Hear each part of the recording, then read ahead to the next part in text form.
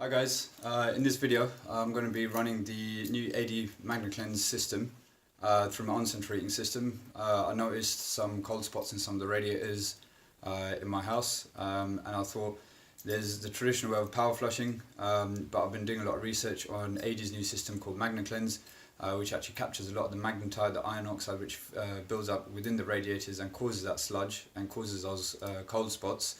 And we're going to see how it has an effect on my on-center heating system, just so that you guys can see how it works and the benefits that it can be for if you want to get it done for your on-center heating system. Especially with winter just around the corner, the last thing you want to do is have a cold snap and then your central heating doesn't work as efficiently. So yeah, please follow, have a look, have a watch, see if you're interested, and then I'll show you what the system does as we go along. So some of you guys will have seen these. These are the Magnacleanse filters. They come in a few different shapes and sizes. This is actually one of the older models that was fitted into my house before I moved in. A lot of the new ones you'll see, they'll be the bigger black ones, which actually have a little drain off underneath here. So it allows you to actually drain the filter before you take it off. So when you do take it off, there's no water that comes out of it. So what I'm going to do is I'm going to take my filter off.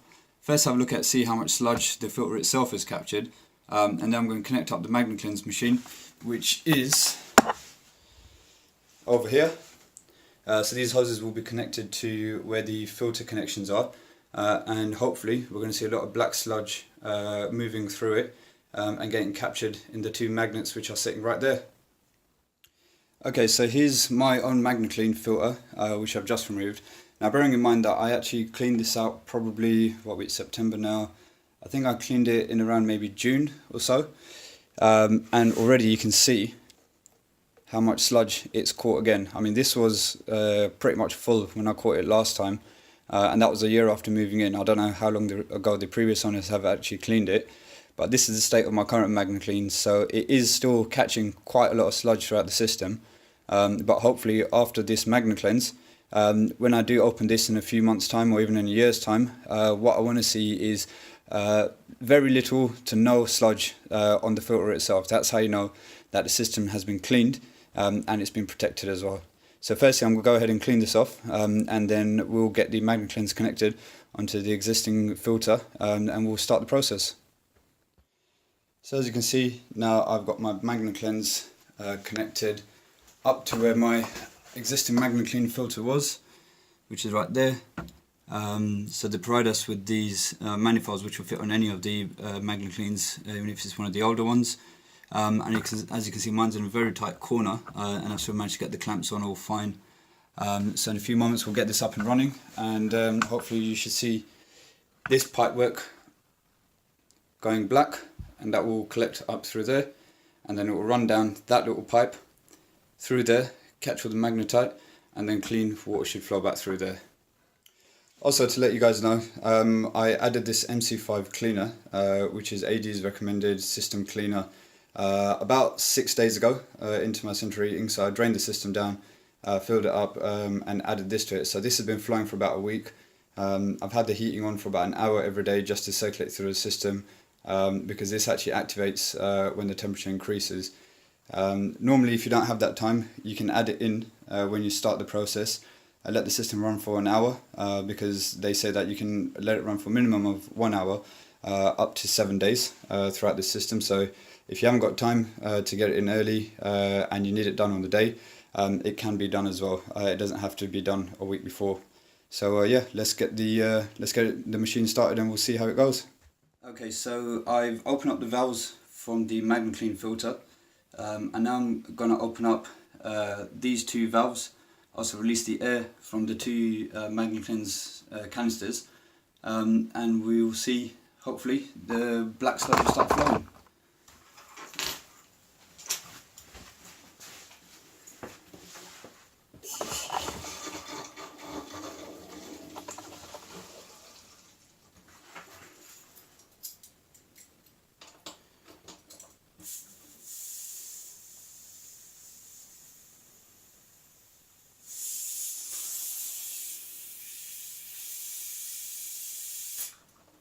Right, so we've got a bit of water coming out there. Just grab a bit of tissue. Right, so now that that's full of water, we now want to let this fill up as well. So this is a normal radiator bleed valve,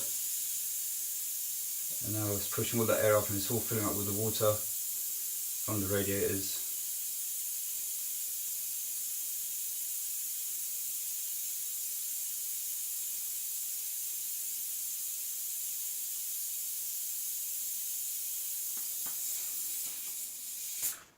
Right, there we go. Right, now that's full, I'll open that, and now that completes our central heating circuit. So now all I've got to do is top up the system and turn on the central heating and get the water flowing throughout. Right, system's back up to pressure. Now going to turn on the central heating and we'll see it run. Okay, so my central heating is now running. The water, it's a bit difficult to see because it's still quite clean, which is probably a good sign. It means that there hasn't been a lot of sludge in my system since I cleaned out last time, but you may be able to see it flowing up through this pipe, going up into there and then coming back through that pipe. That might show a slightly better angle. You can see the little bubbles in there to show that it's coming out of there, flowing through the filter and then coming back through that bottom one there. So what we're going to do now, what they recommend is let the heating run for a little while. Once it's up to temperature, we need to agitate the radiators. Now this is quite interesting, yeah, just watch and see.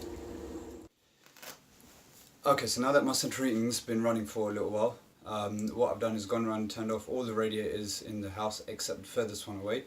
We're going to start by one radiator at a time. We're going to agitate the system, so try and vibrate the radiators in order to break up the sludge that may be sitting inside, and that will then help it flow back into the two canisters that we saw downstairs. So I'm going to show an example of one of them, and then I'm going to do the rest of it, and then we'll go and look at the next process.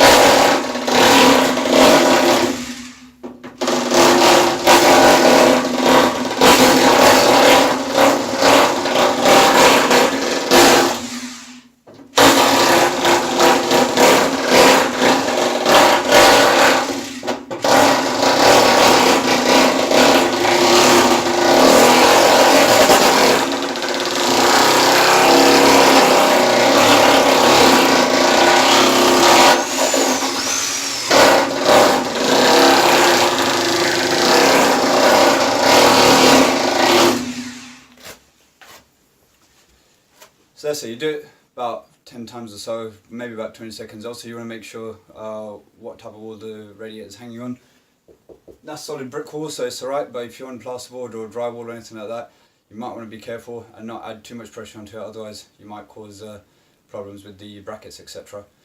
So I'm going to now go ahead and move on to the next radiators and the next radiators and so on and so forth, and then we'll see where we go. Right, this is really good because we can actually see in this pipe it has actually gone completely black. Look at that top one. That's just from agitating 3 radiators so far, and that's actually pushed out all of that sludge from the radiators upstairs. It's coming down, like I said, going into that bottom filter. Magnetite is all being caught up in the magnets, and look at that, coming out nice and clear.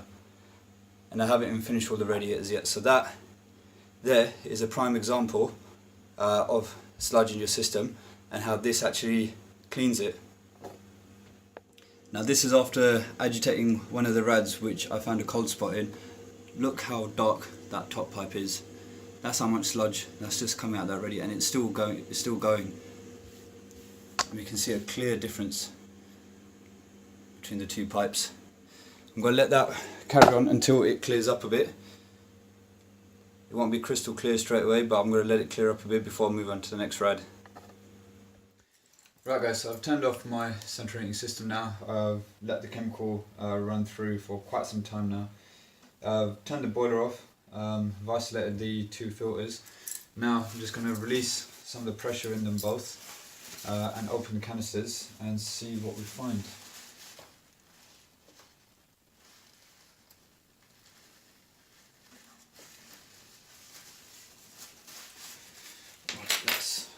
That water is still very hot.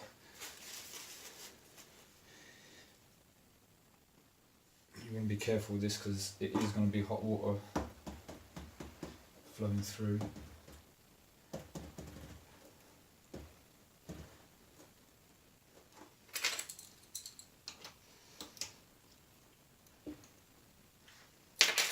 Just make sure it's fine if it does drip because it's in a controlled environment.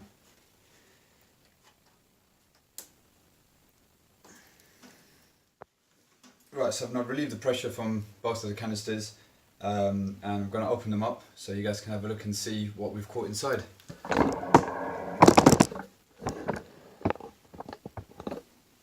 So this is the first one. Whoa, look at that.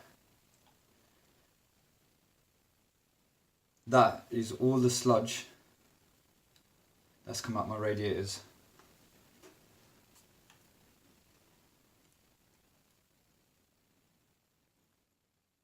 And that is actually the thickness of the rod, and that's how much sludge is actually caught around it.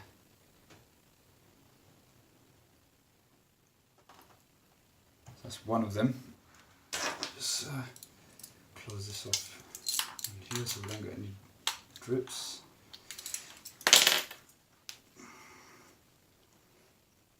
Pop that upside down on there. Second one. Not so much, because the first one caught pretty much most of it. Again, let me just close the vent on the top.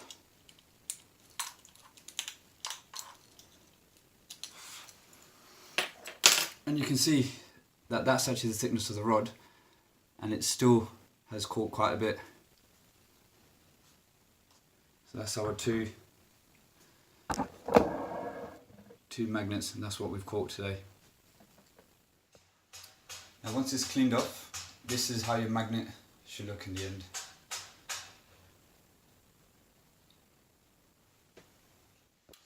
Okay guys, so the final part of this process is known as the cold flushing. This is probably one of the most important parts of it because what we're going to do, we're going to now drain down the whole system, but we're going to flush it with cold water, one radiator at a time, just to make sure that we clean out any chemical that's left in the system that we added previously, and also we want to make sure that there's no magnetite left in there. I'm going to show you the quality of the water once we have drained down each radiator, or as we drain down a radiator one at a time, just so you can have a look to see how much of a difference it makes, and then we'll add the inhibitor to the system, which is going to be what's going to protect your central heating system going forward, and then finish up. So as you can see, that water at the moment is quite murky. That's got some of the chemicals left in it. You can actually see where it's building up as well in the ground. So what we're going to do, while this is draining out hot water, I'm going to top up the system with cold water, and we're going to see it flush out cold water, and I'll also show you how much magnetite is actually left in it. Okay, so what's happening here is I've connected my drain hose, that's drained the system down, and I've now got the cold water open. So that's topping up the pressure. Well, it's keeping it steady at about 1 bar, and you can see that the water, cold water, is actually flushing out from one of the pipes, and this is from the furthest radiator upstairs. So we're back at the first radiator that we started with, where I did the agitation on it. What I'm looking for is the pipes getting cold, as I'm flushing cold water up through it, and it's leaving from there. I know it's a bit difficult to hear in the video, but you can hear the water gurgling inside, so It's replacing the hot water with the cold water. I've got the boiler pressure topped up downstairs, so that's continuously flushing cold water. But as we've got the drain valve open as well, it's going to make sure that it doesn't over pressurize. I've just kept it constant, so we've got the same amount of water draining out as we've got going in, and it's flushing all this. All I'm going to do now is just try and bleed this rad. That's what we want. We've got the cold water down here, that's starting to feel nice and cold at the bottom. I just want all that cold water just to come up to the top.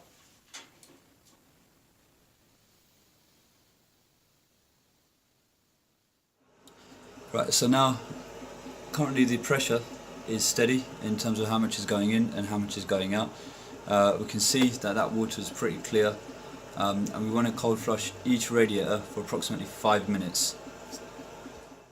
Right, guys, something that you should know is magnetite, or the sludge that we've captured, goes as small as 8 microns, so it's not something you can always see with the naked eye.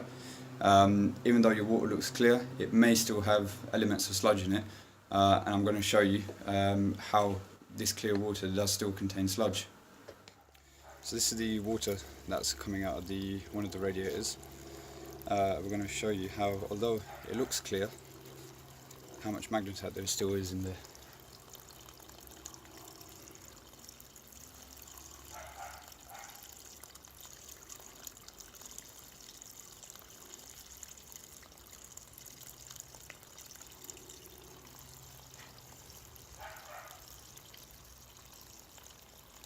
That is what this magnet caught. 8 microns small. You can't see it with the naked eye, but that's what's still in your system, even though your water looks like that. And this is why we flush it for 5 minutes until this, when we hold it against water, is completely clean. Okay guys, so I've cold flushed all the radiators. They're all producing nice clean water. When I hold my magnet up to the water coming out the radiators, it does stay nice and clean, which is a good sign. Now what I've done is turned off all the radiators. I'm going to disconnect the Magnacleanse system from the filter connections, reattach the filter, add some inhibitor to it, and fire the system up, and we're good to go. So once we've done everything, this is what I'll be adding into the system. This is the AD's MC1 Plus centering system protector. This is your inhibitor, which is going to prolong the life of your radiators going forward. Whenever you do drain any water out of your central heating system, you want to make sure that you do top it up with a bit of inhibitor. What that does, it prevents the corrosion inside your radiators, and also every time you actually add water to your central heating system via your filling loop, you're actually diluting the amount of inhibitor in there, so you want to make sure that that stays topped up. Very, very important that you do not drain this chemical out of your system. If you do ever drain down your system, make sure that you add a bottle of it when you refill it up again. Okay, so while I was at it, I removed the old filter that I had and replaced it with the Magnacleanse Pro 2. A couple of reasons for this is, firstly, it's easier to add inhibitor or any chemicals to it because it's a larger capacity canister. It also has the drain plug on the bottom there, which means you don't have to remove the whole canister in order to drain the contents of it out when you want to add anything else to it. Also the isolation valves, which are the two black things you can see on the right hand side, they're a lot more easier to work with as well. And also, if you do ever need to remove this canister, it's actually on push fit, so it literally just slides off and slides back on. You don't have to worry about having to undo or redo any nuts and bolts or anything like that onto it. So yeah, that's all done. I had to do a bit of pipe work there just to make sure it all fits okay. The pressure in my boiler has been topped up, so that's sitting steady at 1 bar. I've tested the central heating system and it's all working fine, and the radiators are heating up a lot more quicker and keep the room a lot more warmer for a lot longer. So that concludes the Magnacleanse process. I hope you guys have enjoyed the video. The main benefit about this over power flushing is that you're not actually using a strong pump to blast the water around your central heating system. If you've got an older system, you might have weaker joints.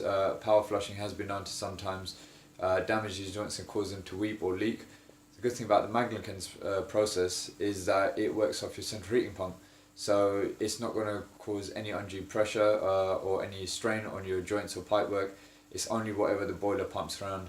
And also the other thing is that with the power flushing, you're continuously flushing the chemical magnetite back around and around and around through the system, whereas with the Magnacleanse process, as you saw, as the magnetite comes out, it's all caught on that magnet, and then you've only got fresh water going back into your system. So it's not then running that magnetite back through the system again and again and again. It does capture it before it re-enters the boiler again. If you'd like more information, give me a call or drop me an email. You've got my contact details, or just message me on here. And if you're interested in getting it done for yourself as well, let me know, and I can work out a quote for you depending on the size of your property, size, number of radiators you've got, etc. Because that will determine how much chemical we need for your property. If you haven't already got a Magnaclean filter as well, I'd highly recommend firstly you getting one of those installed, and we can do that at the same time as doing a Magnacleanse. Like I said, you can run it for a few days in advance. If you already have a Magnaclean, we can come and pop the chemical into your system a few days before we actually carry out the whole process. If you haven't got one, we can do it there and then on the day. And like I said, it only takes an hour for it to start working, so we can run your central heating system for 1 hour and then start the process. Thanks for watching, guys, and let me know if you'd like to have this done on your system or any other questions. Thanks for watching.